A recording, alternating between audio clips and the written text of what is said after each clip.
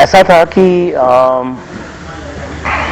एक वक्त आया था जिंदगी में तो मुझे ऐसा लगा कि अब मुझे वैसी फिल्में बनानी चाहिए जो मैं समझता हूँ मेरे दिल की आवाज़ है, जो मैं खुद जानना चाहता हूँ। तो हम लोगों ने ये रिसर्च बेस्ड फिल्म्स का फॉर्मूला शुरू किया और एक ट्रिलॉजी बनाने का डिसीजन लिया, क्योंकि बुद्धायना ट्रैफिक जैम एक बहुत बड़ी कल्ट फिल्म बन गई थी। तो वही अर्बन नक्सल्स का यूनिवर्स पकड़ा मैंने। तो आई डिसाइडेड टू मेक, मैंने कहा ये जो 3 शेर हैं भारत के संविधान, जो हमारा एम्बलम के, ये शेर क्या है, शेर क्यों है, कुछ और क्यों नहीं है। एंड देन आई सेड कि अच्छा, इस डेमोक्रेसी के लिए 3 बहुत इंपॉर्टेंट चीजें हैं, एक है राइट टू ट्रूथ, एक है राइट टू जस्टिस और एक है राइट टू लाइफ। तो हमने ट्रिलॉजी में पहले बनाई द ताशकंद फाइल्स जो राइट टू ट्रूथ के बारे में थी, दूसरी बनाई कश्मीर फाइल्स जो कि राइट टू जस्टिस के बारे में थी, और ये जो फिल्म है ये राइट टू लाइफ के बारे में है। इसका नाम है द दिल्ली फाइल्स। ये 2 पार्ट्स में है। पहला पार्ट बंगाल चैप्टर है और आप इस फिल्म में देखेंगे फ्रीडम के पहले से लेकर अभी तक का भारत। और मेरे दिमाग में एक सवाल हमेशा ये उठता था कि आखिर भारत क्या है। मैं साउथ में जाता हूँ, लोग अलग तरह से डिफाइन करते हैं, नॉर्थ में आता हूँ अलग तरह से डिफाइन करते हैं, वेस्ट में जाओ अलग, ईस्ट में अलग, कश्मीर जाओ बिल्कुल अलग है, बंगाल के कुछ पार्ट्स में जाओ तो वो बिल्कुल ही अलग तरह से डिफाइन करते हैं। तो हम लोग हर समय एक कॉन्फ्लिक्ट में ही रहते हैं, लैंग्वेज को लेके, रिलीजन को लेके, जात पात को लेके, 50 चीज़ों को लेके। बट अल्टीमेटली हमारी एक कोई अम्ब्रेला आइडेंटिटी भी तो है। वो अम्ब्रेला आइडेंटिटी हमारी है भारतीय। तो ये भारत आखिर है क्या? So I have tried to probe that question in this film कि भारत क्या है और why it is so important and more important than the religion, caste, region, anything. Why that identity should be at the forefront, at the top, और आज वही सबसे नीचे है, बाकी सब आइडेंटिटीज ऊपर है। तो ये फिल्म जो है लोगों को एक कल्मिनेशन भी है, 2 पार्ट्स में आएगी तो आप समझेंगे, पर first part itself will make people understand कि आज की तारीख में एक भारतीय होने की क्या इंपॉर्टेंस है और उसके लिए आपको सोचने पे बाध्य करेगी। देखिए, 2 तरह से आप पब्लिक तक पहुंच सकते हैं। एक प्योर एंटरटेनमेंट जिसको कहते हैं, हंसी मजाक, ये एस्केपिस्ट एक हुआ है। दूसरा ये है कि जो एक समाज में सबकी आवाज है, जो इंडिविजुअली लोग बोल नहीं सकते हैं, उस आवाज को आप किस तरह से लोगों तक पहुंचाते हैं। जैसे मैं एग्जांपल दूं आपको, एक आवाज है जो सारे स्टूडेंट्स की थी इंडिया में, लेकिन उस पर कोई फिल्म नहीं बनी थी, फाइनली 3 इडियट्स बनी। और आप देखिए जितने भी स्टूडेंट्स हैं, जितने भी लोग हैं, वो उससे कहीं ना कहीं रिलेट कर पाए। तो ताशकंद फाइल्स, शास्त्री जी जैसा बोरिंग सब्जेक्ट आप बताइए, सारी फिल्म इंडस्ट्री ने रिजेक्ट कर दिया, कौन देखेगा ये वो, उसमें भी सारे लोगों को जोड़ा और इतनी चली वो फिल्म, इतनी, उसको 2 नेशनल अवार्ड मिले। कश्मीर फाइल्स का जो फॉर्मेट था एक डॉक्यू ड्रामा की तरह से था और वो ऐसा सब्जेक्ट था। कश्मीर में आप बताइए केरला में बैठा आदमी क्यों इंटरेस्टेड होगा? वो इतनी बड़ी बड़ी यहाँ की फिल्में आती हैं, 500-500 करोड़ की फिल्में, उनमें नहीं इंटरेस्टेड होता है, तो एक छोटी सी नॉन स्टारर कश्मीर फाइल में क्यों इंटरेस्टेड होगा? लेकिन केरला में हमारी फिल्म के शोज बढ़े और वहाँ पे खुला, वहाँ चलती रही 1-2 महीने। तमिलनाडु में मैं जाता हूँ, इतना मैं एक्चुअली सबसे ज्यादा आजकल मुझे तमिलनाडु में बुलाते हैं बिकॉज ऑफ कश्मीर फाइल्स। तो उस फिल्म ने तमिलनाडु और केरला के लोगों को कश्मीर से जोड़ा। कई लोग कहते हैं कि ये फिल्म जो है, नहीं, कई बार सत्य जो होता है वो बहुत कड़वा होता है, लेकिन सत्य को अगर आप सामने रख दो तो वो 2 लोगों को जोड़ता भी है। तो उस फिल्म ने वो काम किया। जो लोग, और जो देखिए, जो इंटरेस्टेड ही नहीं है जुड़ने में, तो उनको साथ तो कोई दुनिया में कुछ नहीं कर सकता है। तो ये फिल्म भी जो है आप देखेंगे, आज बंगाल जो है उसका कितना बड़ा कंट्रीब्यूशन है भारत के कल्चरल रेनेसांस में। ये बैठी हैं, ये जानती होंगी। इंडिया के फ्रीडम मूवमेंट बिना बंगाल के आप सोच ही नहीं सकते हैं। एक नई चेतना जिसने देश में जगाई, आज वो बंगाल इतने बुरे हाल में क्यों है? वो इसलिए है क्योंकि हम भूल जाते हैं कि बंगाल अल्टीमेटली भारत का पार्ट है, जो भारत हमारा है, we the people of Bharat. तो ये we the people of Bharat है, ये उनकी आवाज है ये फिल्म। अरे भैया, आज के जमाने में तो यार सांस लो तो भी कंट्रोवर्सी होती, तो क्या सांस लेना छोड़ देंगे? लेकिन हमने कहा था कश्मीर फाइल्स के बाद देखेंगे, लेकिन हम शूटिंग के लिए जा रहे थे कश्मीर फाइल्स की 17 मार्च 2020 को, लेकिन तब वो कोविड के लिए लॉकडाउन आ रहा था, तो हमको कश्मीर गवर्नमेंट ने बोला भाई मत आइए, और फिर लॉकडाउन लग गया 20 तारीख या 22 तारीख को। तो हमारी पूरी टीम जो थी वो फ्री हो गई एकदम, क्या करें, हम तो शूटिंग के लिए रेडी थे, कुछ काम नहीं था। तो मैंने कहा चलो इसी फिल्म का रिसर्च शुरू करते हैं। तो हमने फिर इसका रिसर्च किया। तो 2020 से हम रिसर्च कर रहे हैं और अल्टीमेटली 25 में फिल्म रिलीज होगी जाके। इसमें हमने बंगाल में जाके प्राइमरी सोर्स हैं जो 104 108 साल के लोग जो डायरेक्ट एक्शन डे में उस वक्त यंग लोग थे, 15 16 17 साल के जो रहे होंगे, वो कम से कम ऐसे 30-32 लोग हैं अभी बंगाल में। एक एक आदमी को हमने ढूंढ ढूंढ के त्रिपुरा में, असम में, दिल्ली में, बांग्लादेश बॉर्डर पे, इन सब जगहों पे जा जाके इन लोगों के वीडियो इंटरव्यूज किए हमने। उसके बाद जो सेकंड जनरेशन विक्टिम्स थे उनकी फैमिलीज के, जो बहुत बड़े हीरोज थे गोपाल पाठक वगैरह, उनकी फैमिलीज के साथ ये सारे हमने इंटरव्यूज उनके किए हैं। उसके अलावा हमारे पास कम से कम 15 से 20 हजार पेजेस के समराइज डॉक्यूमेंट्स हैं, बहुत सारे आर्टिकल्स। आप फिल्म में देखेंगे, आप फिल्म देखेंगे आपको लगेगा you are this film is an experience film. अगर कोई पूछे डेली फाइल्स क्या है, मैं कहूँगा इट्स एन एक्सपीरियंस फिल्म। आप थिएटर में बैठेंगे आपको लगेगा आप 3D में पूरी भारत की हिस्ट्री देख ली आपने। वो तो उनको डिसाइड करना how they are going to receive the film, मुझे क्या करना, मैं तो बना ही रहा हूँ। मैं बड़ी छोटी दिमाग का, देखिए सर ऐसा नहीं हो, मैं चॉकलेट बनाई थी लंदन में, फर्स्ट फिल्म थी जो कि सुपर 35 पे शूट हुई थी और फर्स्ट फिल्म थी इंडिया में, DI हुआ था जिसका, और पूरी फिल्म मल्टी स्टारर लंदन में की थी। गोल मैंने की, इतनी बड़ी फिल्म थी, उसमें इतने एक्टर्स, ये बड़ा छोटा लोगों के दिमाग में होता है। लेकिन हाँ, अगर आप पूछें सबसे ज्यादा डिफिकल्ट, चैलेंजिंग और जिसमें हम लोगों ने खून पसीना, इतना 4 शहर बसाए हमने। पहले हमने ओल्ड कैलकाटा लगाया, फिर हमने नोआखली लगाया, फिर हमने दिल्ली और सेवाग्राम लगाया एक साथ, vice Regal house and all that, और अब हमने मुर्शिदाबाद लगाया जो बंगाल में। ये 4 हमने सिटीज यहाँ लगाई, बाकायदा यहाँ ट्रैम्स चल रही थी, हमने टैंक्स बनवाए, टैंक्स चलवाए, all that we have done. You know, हमने पूरी की पूरी real buildings, no VFX, fire पे we put them on fire, demolish them, created new cities. तो ये एक्सपीरियंस और डिटेलिंग आप देखिएगा। रजत पोद्दार जी जो production designer, one of the greatest, उनकी 100th फिल्म थी और he said I am just doing it, एक फिल्म मैं ऐसी कर रहा हूँ जो इंडिया याद रखेगा, and it started from there. He died just few days before the shoot began. So this film is also a tribute to this great, one of the greatest artists of India, you know. अब आप film देखिएगा, लेकिन ये बंगाल की, आज के बंगाल और तब के बंगाल और बीच के बंगाल की वो कहानी है जो आज के पहले किसी ने कभी आज तक किसी को सुनाई नहीं, ना तो स्कूलों में ना टेक्स्ट बुक्स में, लेकिन हर आदमी जो कि उस वक्त में और इस वक्त में रहा है वो इस कहानी को जानता है। तो ये उनकी आवाज है। अरे उसे पैरेलल नहीं बोलते, कहते हैं उसके ऊपर एक रेखा खींची जा रही है। पैरेलल तो दोनों साथ में चलती हैं पटरियां, कोई फर्क नहीं होता दोनों में।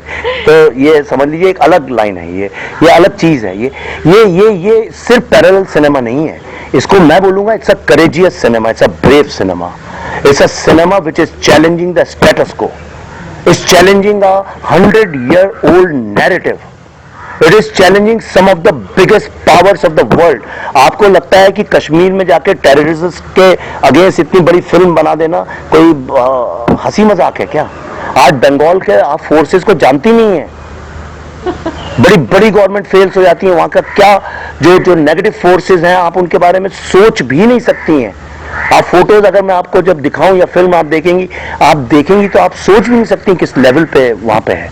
अब उसमें उतर के वो फिल्म बनाना, जबकि मेरे ऊपर केसेस चल रहे हैं, चीफ मिनिस्टर और हमारे बीच में लीगल केसेस चल रहे हैं, तो उसके बावजूद ये करना, तो I would call it brave cinema. Kerala story was a brave cinema, it was a subject nobody would dare to make. These are brave cinemas, like 3 Idiots was a very brave cinema, Dangal was a very brave cinema, लगान was brave cinema। तो मैं फर्क नहीं करता हूँ क्या उसमें आमिर खान थे इसलिए कि वो पैरेलल नहीं, but that was a subject। 3.5 घंटे की फिल्म लगान कौन देखेगा? मैंने बनाई 3 घंटे की कश्मीर फाइल्स, ये फिल्म हो सकता है उससे भी लंबी हो, लेकिन वी आर कॉन्फिडेंट कि जो लोग देखना चाहते हैं, समझना चाहते हैं, ऐसे सभी हैं actually, everybody wants to know, सब कुछ डिस्कवर करना चाहते हैं, तभी तो YouTube में 24 घंटे कुछ देखते रहते हैं। तो ये क्यों नहीं देखेंगे जो उन्हीं की कहानी है? देखिए अगर वो लड़ेंगी तो हम भी लड़ेंगे, ये तय। पर हम अपनी तरफ से लड़ाई शुरू नहीं करेंगे। पिछली बार गलती हो गई थी, इस बार पहले ही डाल देंगे रियल वाली। रियल इस बार पहले ही डाल दूंगा, ये सोच के बैठा हूं मैं। देखिए 2 चीजें मैं बता देता हूँ, 2 चीजें। एक तो क्या है कि जो लोग प्रोफेशनल मैनेजमेंट जानते हैं और जो एडवर्टाइजिंग में काम कर चुके हैं उस तरह के, और हम लोगों ने बहुत कम पैसे में टीवी भी किया है, तो क्या हम लोग street smart guerrilla film makers हैं। हम 10 करोड़ में 50 करोड़ की वैल्यू निकालना जानते हैं।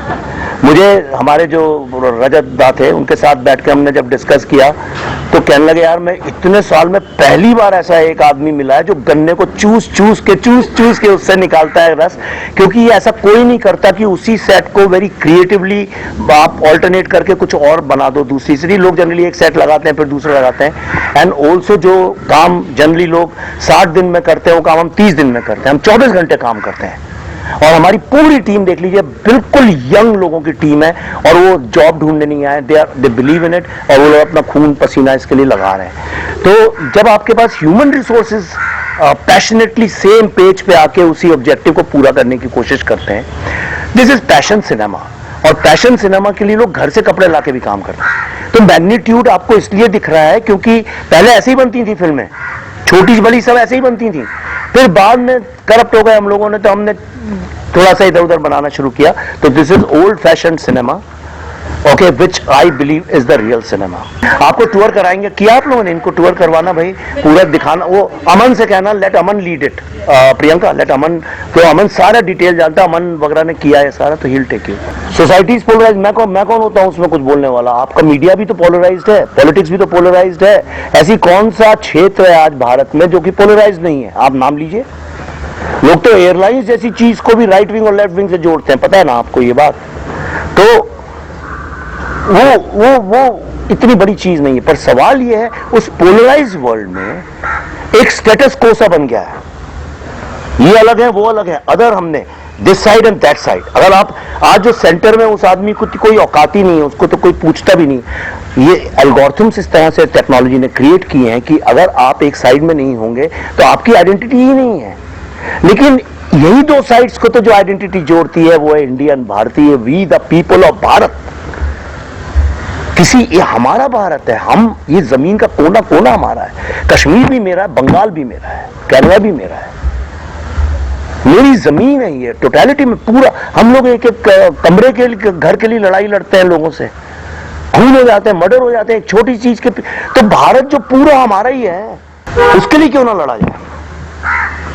तो पोलराइज वर्ल्ड में जब आप ऐसा थॉट लाते हैं जो कि उस स्टेटस को हिला देता है, आपको दोनों साइड का सच या एक साइड का सच या जो भी उसमें हीरो और विलेन उसका सच जब बताता है, तो उसको लेके एक लोग जो हैं रिएक्ट करते हैं। और उस रिएक्शन को आज के मॉडर्न सोशल मीडिया वर्ल्ड में लोग समझते हैं कि ये कंट्रोवर्सी है, पर मैं समझता हूं ऐसी फिल्मों का कंट्रीब्यूशन ये है कि वो घर घर में डिस्कशन चालू करती है। अरे यार प्रोपेगेंडा बोलो, ये बोलो, बोलने ये शब्द हैं, देखिए इनसे क्या फर्क पड़ता है? प्रोपेगेंडा क्या चीज? मैं फिर दूसरा सवाल उठाता हूं, दुनिया में ऐसी कौन सी चीज है जो प्रोपेगेंडा नहीं है? क्या चीज प्रोपेगेंडा नहीं है? आप नाम बताइए उस चीज का जो प्रोपेगेंडा नहीं है। तो ये शब्द हैं, प्रोपेगेंडा बोलिए, पीआर बोलिए, मार्केटिंग बोलिए, आइडिया बोलिए, थीम बोलिए, कुछ भी बोलिए, आप उसको जो बोलना आपको बोलिए। अल्टीमेटली कॉन्वर्सेशन शुरू होता है इस बात को लेके, ये एक बहुत बड़ा अचीवमेंट है। अब देखिए मैं तो नहीं फोर्स कर सकता हूँ, कई कंट्री में बैन हो जाती हैं फिल्में। अब हमारी फिल्म कश्मीर फाइल सब जगह चली, सिंगापुर में बैन कर दी थी उन्होंने for some reason, I don't know क्या था। तो कई फिल्में कई जगह पे लोग नहीं करते हैं, पर वही तो लड़ाई है सारी की सारी, वही सारी लड़ाई है कि इस दुनिया में जहां पे लोग इस तरह के सत्य को बैन करना चाहते हैं, उसमें आप कब तक टिके रहते हैं अपनी आवाज जनता के सामने लाने में। तो that's what I am trying to do. देखिए मैं सच्ची बताऊं आपको, ईमानदारी से, मैं आज लोग विश्वास कम करते हैं, लेकिन मैं सच बताऊं, मुझे सच्ची इससे कोई मतलब नहीं रहता दुनिया में क्या चल रहा है, क्या कर रहा है। मैं अगर उससे मुक्त नहीं होऊंगा तो ये फिल्में बना ही नहीं सकता। फिर मैं इसी हिसाब से फिल्म बनानी पड़ेगी कि दुनिया में ये चल रहा है तो मैं ये बनाता हूँ, राइट? उसी से तो मैं बाहर निकल के आया। गोल आप देखिए, आज किसी भी बच्चे से जो जवान हुआ, या 22, 23, 24 साल के लोगों से, सब गोल सब देख देख के बड़े हुए हैं, 10, 25 बार देखी उनने। Chocolate was the most edge of the seat, cutting edge technology style, most stylise film थी। आज भी उसके गाने बजते हैं, सोनू निगम मिलता है जब भी कहता है यार वो गाना तो मुझे गाना ही पड़ता, हल्का हल्का सा ये नशा।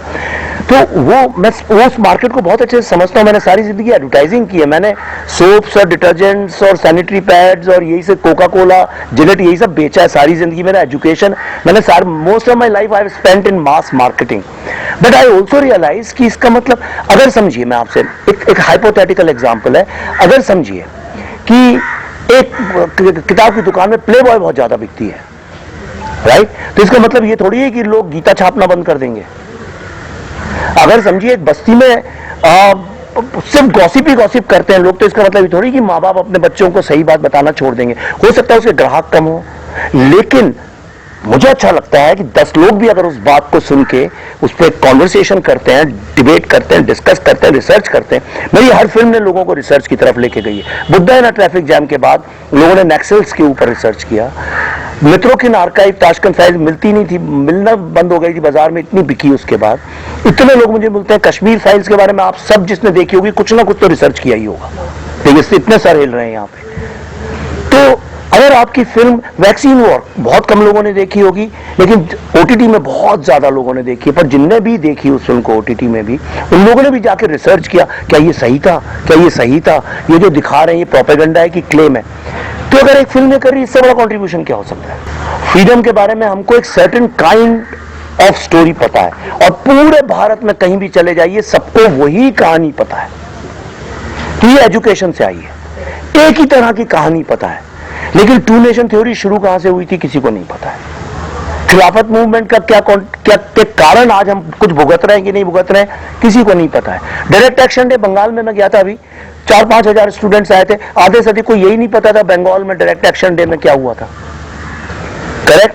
जिस दिन आपको डायरेक्ट एक्शन डे पता चलेगा उस दिन आपको समझ में आएगा कि कितना बड़ा इस देश के वी द पीपल के साथ जेनोसाइड हुआ, अत्याचार हुआ। उसके बावजूद आज आप यहाँ कैमरे लेके बैठे हैं, दुनिया में घूम रहे हैं, आज भारत सबसे आगे बढ़ रहा है। क्या ये इतना बड़ा, कितना हम देखिए, लोग ये देखते हैं अमेरिका ऐसा है, हम कैसे हैं। कोई ये नहीं देखता है कि हम कहाँ थे और कहाँ से कहाँ आके पहुंचे। आंखें खुल जाएंगी लोगों की ये देख के। तो वी हैव टू, तो इसलिए मुझे ऐसा लगता है फिल्में जिस तरह की हम बना रहे हैं वो फिल्में मॉडर्न हिस्टोरिक लिटरेचर है, हिस्टोरिक नॉवेल्स बोल दीजिए उनको, पर उसको देख के जो साइड हाफ ट्रूथ आपको नहीं पता वो आपको पता चल जाएगा। अब आप डिसाइड कर लीजिए आपको यहां जाना है, ये जाना है, या इन दोनों को जोड़ के एक असली ट्रूथ है। That is for you to decide.